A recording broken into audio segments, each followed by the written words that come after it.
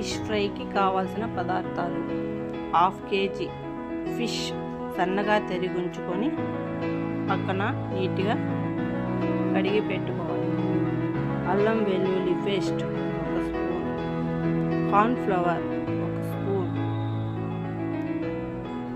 కారం 2 స్పూన్స్, ధనియాల పొడి 1 స్పూన్, పసుపు 1 స్పూన్ అన్నీ మిక్స్ చేసి ఫ్రిడ్జ్లో 1/2 అవర్ ఉంచి వేడి ఎక్కిన ఆయిల్లో ఈ ఫిష్ ముక్కలను ఫ్రై చేసుకోవాలి.